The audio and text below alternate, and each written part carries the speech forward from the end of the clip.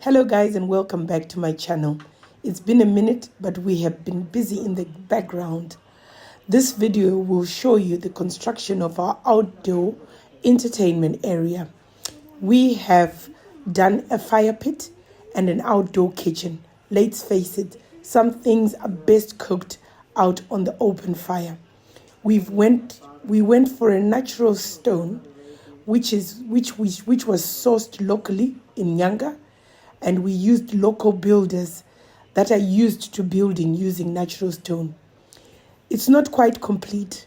We are waiting for thatchers to come and complete it by putting roof thatching to aid to bring that rustic yet modern feel to outdoor cooking. I can't wait to cook one of our free-range heritage chickens on the fire. Thank you very much for tuning in. Please remember to like, subscribe for more content as we share our relocation journey and ultimately our retirement home.